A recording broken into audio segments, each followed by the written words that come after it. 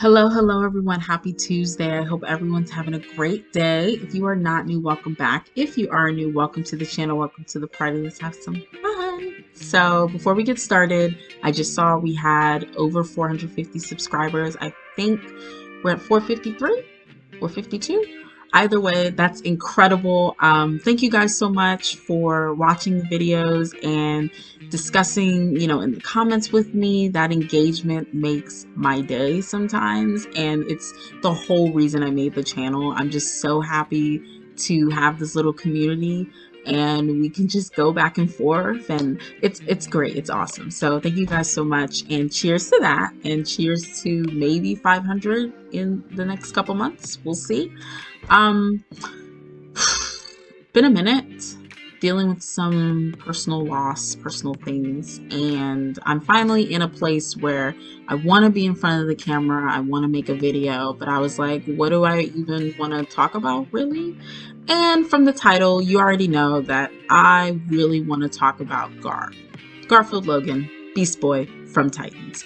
And essentially, I want to go in depth on how I believe the writers have failed him again and again and again. Now, I have said this before in plenty of my reviews and side videos that I've done on Titans, but I never really went in depth the way that I wanted to. And I should have did that right after my video on Dick Corey, right? And that relationship, because the level of frustration is on par with how I feel on Dick Corey and how they're treating that. But I would argue the situation with Gar, his mistreatment is worse, because this is an entire character, not a relationship. An entire character, prominent main character, who is getting pushed to the side again and again for other characters who are being introduced onto the team for storylines or this, that, and the third, blah, blah, blah, blah, blah. And as a fan, it's exhausting. Like many things dealing with Titans, it's just exhausting. And I don't want it to be like that. I hope they fix things in season 4. I don't know. It seems like they're going that direction with what they gave us in season 3. But you know how these showrunners and writers do. They give us little teases and then they decide to rip out the whole thing by the time the final product comes out. So my hopes aren't very high, but if anyone needs a push, it's Gar. Like, come on. I mean, 3 seasons in, and we really don't know a lot about him. We don't. But before we get to that aspect, let's start with the budget, right? Because Gar, in total, he is underfunded, he's underappreciated, and ultimately underutilized. And I feel so bad for the actor. I feel so bad for the character. Budget. 3 seasons, 3 different animals total. That's not okay. That's not okay for a character whose niche is being able to transform into any animal on the planet or in the universe. Right? Like, I don't understand. And this is where I have an issue with the budget and them knowing how to allocate funds, because it's egregious and you can't convince me like, oh my god, they couldn't do it, the budget was too low. No, because I look over to Doom Patrol and all those excuses, they fail. They don't mean shit to me. You cannot convince me under any circumstance that Doom Patrol somehow has a higher budget than Titans. You can't. Now, it may be true, right? I don't know the numbers, but I'm gonna go on a whim and say that they don't have a higher budget than Titans. You know why? Because nobody talks about Doom Patrol. I don't even talk about Doom Patrol on this channel, and I believe it's an amazing show. But it's extremely slept on, like every season. And you can't tell me that has a higher budget than Titans, when Teen Titans is more mainstream, more popular, more well-known, and I would say more loved. So this just comes down to lack of creativity and you not knowing how to allocate funds. If you were aware beforehand that you were bringing in a character that was very CGI heavy, that his whole thing is to transform into different animals, and you know this is a TV show, you need to kick that creative gear into overdrive and make it work with what you've got. There's no reason why, with the animals that we did get, you couldn't have found different ways to utilize them within the show. We had the tiger, the snake, and the bat. I believe the tiger and snake were introduced in season 1. Correct me if I'm wrong. I'm not sure if the snake was season 2 or season 1. I'm pretty sure it's season 1. But either way, you could have utilized the snake in so many different missions. Like if they were doing a recon or some covert, Gar could have been a snake, snuck in there, got the information, got back out. Or he could have transformed into a smaller animal like a bird to do some overhead, not sightseeing, but he could have surveyed the skies before the team went in, like little things like that. So you could utilize Gar and make him feel like he matters on the team and that his actions and reactions mean something to the story. I don't understand. And then it's the fact, like I said, 3 seasons, 3 different animals.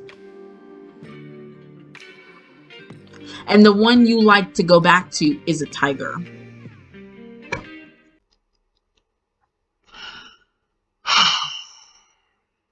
He couldn't have been a gorilla. Like, I don't understand. And then, even beyond that, so let's just say, for the sake of the argument, you couldn't allocate those funds. You just couldn't make it work. Because a lot of the scenes where it's a fight scene, you have the actor, Ryan K. Potter, he's doing his own stunts, I believe, because he's trained in like martial arts and karate and something of that sort. I'm not sure of the specifics, but he's trained, right? And he does a lot of his own stunts with the fight scenes. Why not during those scenes you have it so that aggression, that animalistic nature comes out? And they sort of did it in season 3 a little bit, so I give them props. But, during the fight, we should have seen the teeth come down, the claws come out a little bit, he buff up a little bit, getting angry, like little subtle details like that to show his powers are at work or they're being stressed while he's in these situations. And that never really happened. So that's problem number 1. Problem 2. Gar's story, or lack thereof, and lack of character. The writers have done just an amazing job, tip-top, amazing job at showing us scenes with Gar and basically exploring his interpersonal relationships with everyone on the team. And at first glance, you're like, that's great. I mean, this is an ensemble show. You want to see him have that motherly bond or growing bond with Corey, Dick, his growing friendship with Raven, that sweet, sweet comedic duo with him and Connor, and that brotherly bond and how that's tested or not, him with Jason, so forth and so forth. These interpersonal relationships, that's what makes the show work at the end of the day. However, that's all you've given him for 3 seasons. You have not taken time out to explore Gar independently. You've given that time to Raven. You've given that time to Dick. You've given it to Jason. You gave it to Superboy, Blackfire, and Tim Drake.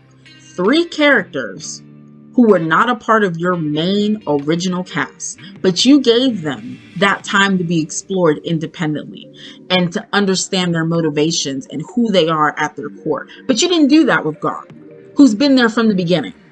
So now when I look at Gar, for me, he's empty. There's nothing there. And he's reliant on everyone around him to be prevalent. It's no wonder his past storylines for 2 seasons have been intertwined with someone else. And the only reason he does what he does in those seasons is because of the other person. is because of whatever they've got going on with the main source of conflict for Gar. For example, in season 2, the whole thing with Cadmus. The only reason that happens is because of Connor's relationship with Cadmus and Connor coming into the story at all. I guarantee you, if Connor didn't come into the story, Gar wouldn't have had shit to do but sit around in San Fran like he was doing for the first half of season 2. And then you literally relegated him to being Connor's babysitter during the back half. And then you slid in that storyline with him and Cadmus. And then even on that, it didn't seem to affect him in season 3. He went berserk and killed people and terrorized the town for a brief period of time. And it didn't seem to affect him at all because he never talks about it in season 3. He never references it. He never talks about it with Connor, which would be the person to talk about it with because Connor has that relationship with Cadmus, but it's never mentioned. Me editing, I forgot to expand on a thought, but they did not do a good job fleshing out Gar's trauma and really talking about it, seeing how it affected him day by day, because Gar's been through a lot. And if you're a casual watcher, you really wouldn't know. You wouldn't think so because of the way that he acts, and they don't have him ever acknowledge what happened to him. And it's not even like a defense mechanism like you would typically see. Like, they just flat out don't talk about it.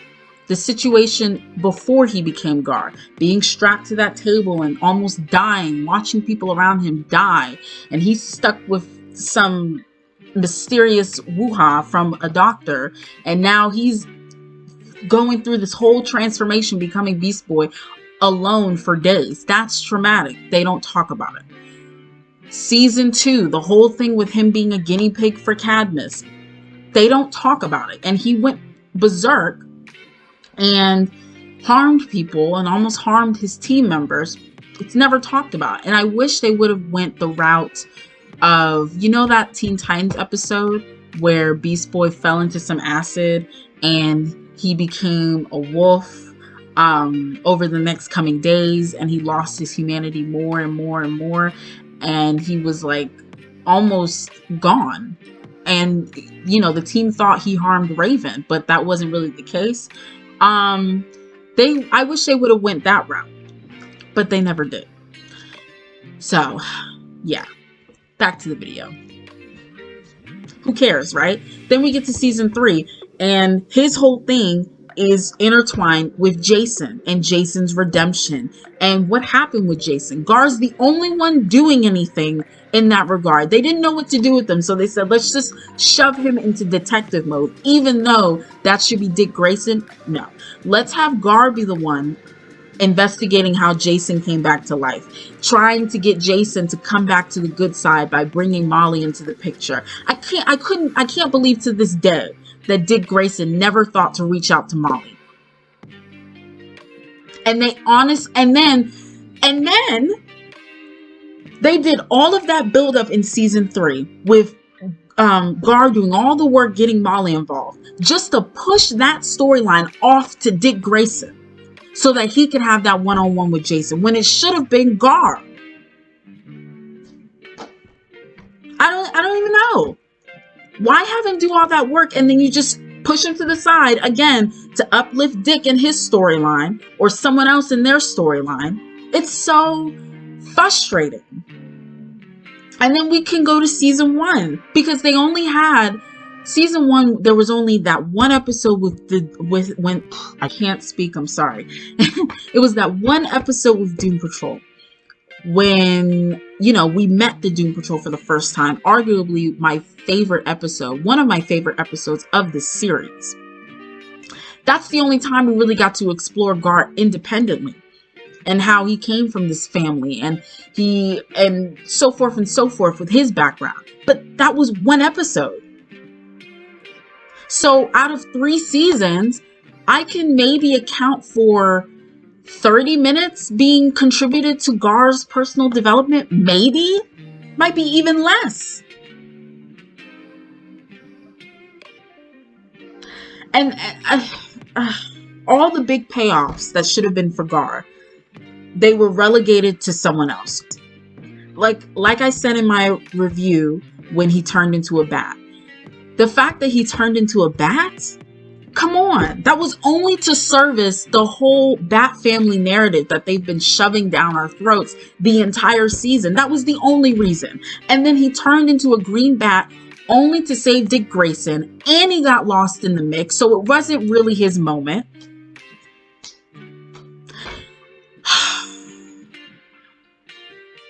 I feel so bad for the actor. I really do. I feel so bad because you can tell that he cares about this character and he wants to give him more. He wants to give it all. But the writers, you're not allowing him to breathe. You're not giving him the space to really do so with Gar.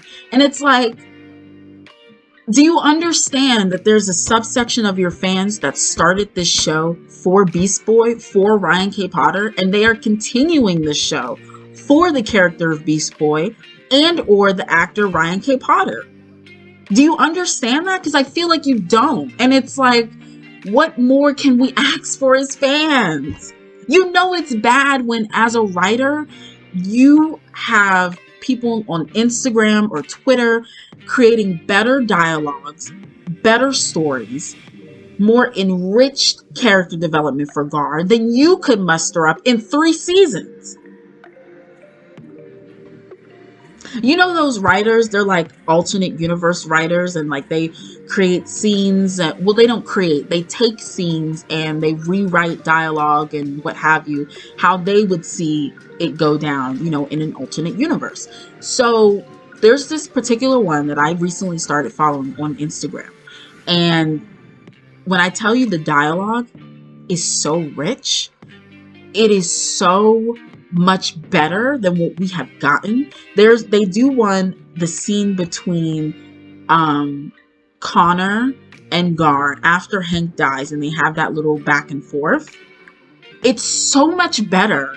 So much better. And I'm gonna put the video here so you can see it and follow this person. Their name is Coriander's Curls, I believe. So this is the scene that I'm talking about. In this universe, you can read the little description here. And then this is what was said. And you see how it's just so rich. And you really get a sense of how Gar is feeling, how hurt he is with everything that happened with Jason. And here's another one. This is the conversation when Dick went into the Lazarus pit. And Gar and Rachel have that conversation. And they actually address what happened with Raven on Tamaran. And Gar gives insight.